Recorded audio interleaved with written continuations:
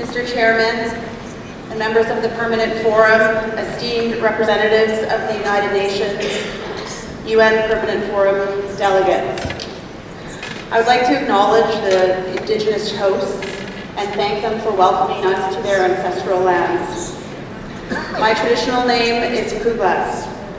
I come from the Muskama Zawadenak and live with the people on the west coast of Canada. I am part of the Eagle clan. My father, Himas Klalimitla, our hereditary chief. I would like to thank you for inviting me to be part of the opening session of the 15th session of the Permanent Forum, and I'm pleased to bring greetings on behalf of our Prime Minister, the Right Honourable Justin Trudeau. Today I stand before you as the Minister of Justice and the Attorney General of Canada, an appointment that speaks volumes to how far we've come as a country, but also how far we intend to go. I'm also honored to be among a record number of Indigenous members of Parliament elected last October. I believe that this represents real change from the time when most Indigenous peoples were actively discouraged from participating fully in society. This past election saw Indigenous peoples vote in record numbers.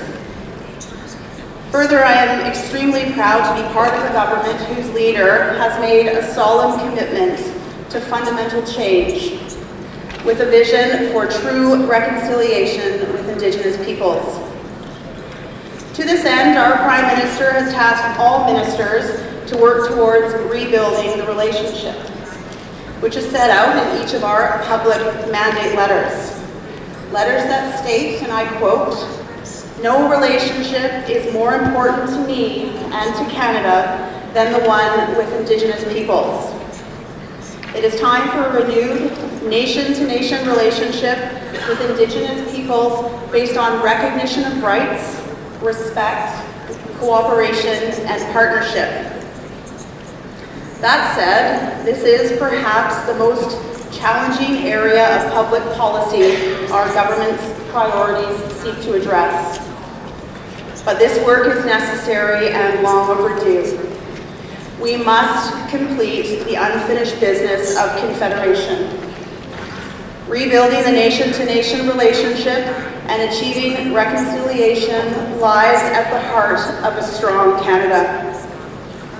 We need to find long-term solutions to decades-old problems as we seek to deconstruct our colonial legacy.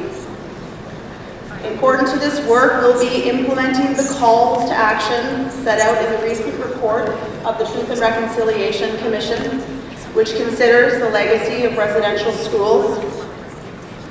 One of the significant challenges to this work is that although strengthening the nation-to-nation relationship is the goal, practically speaking, the administration of Indigenous affairs in Canada is not organized around Indigenous nations. For the most part, it is organized around an imposed system of governance. With respect to Indians, it is through the bands, which are creatures of federal statutes under the Indian Act. The Indian Act being the antithesis of self-government as an expression of self-determination. Simply put, we need to move beyond the system of imposed governance. And I am confident that we have the legal tools in order to do so. That for Indian, Métis, and Inuit peoples, we can and will breathe life into Section 35 of Canada's Constitution, which recognizes and affirms existing Aboriginal and treaty rights. By embracing the principles or minimum standards articulated in the United Nations Declaration on the Rights of Indigenous Peoples and guided by the dozens of court decisions that provide instructions.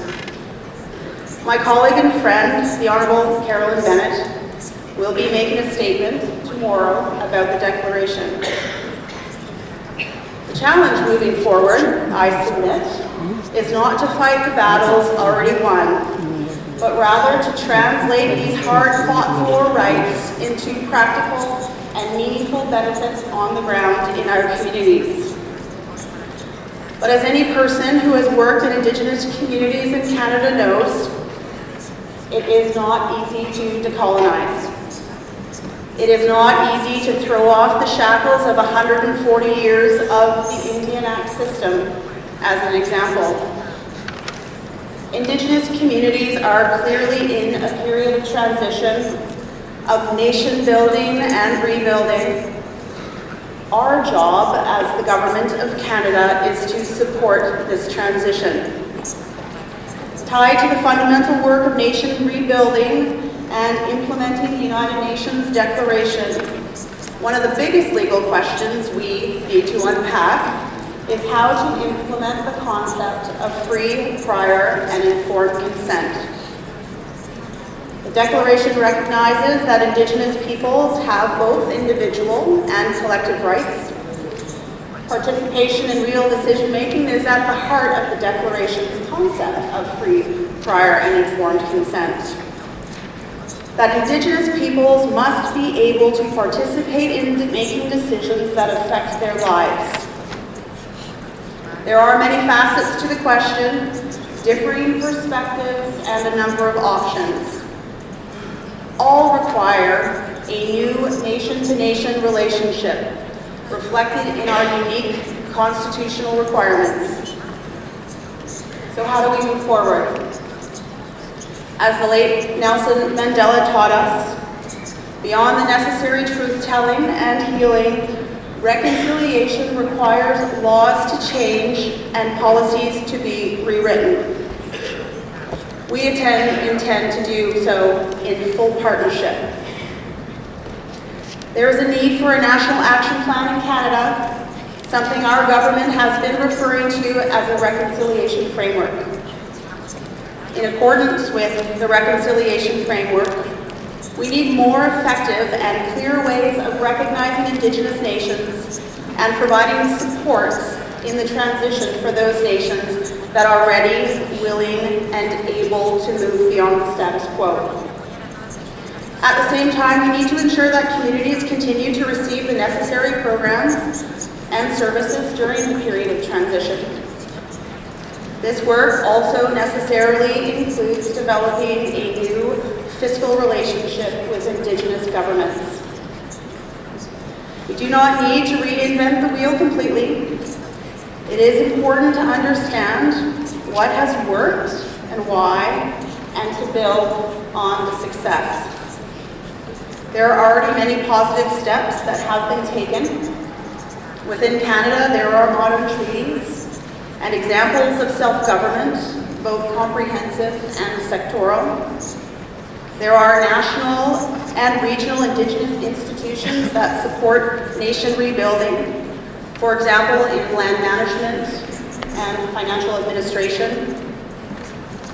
The time is right for meaningful and systemic change, to respect and acknowledge the place of Indigenous nations. Legitimate and strong Indigenous nations are and will increasingly change the way Canada is governed, and for the better. There is room in our country for different legal traditions and ways of governing, an approach that respects the diversity and supports the social and economic advancement of Indigenous peoples as part of our evolving system of cooperative federalism and multi-level governance. For this vision to be realized, Indigenous peoples need to be empowered to take back control of their own lives in partnership and with the full support of all Canadians.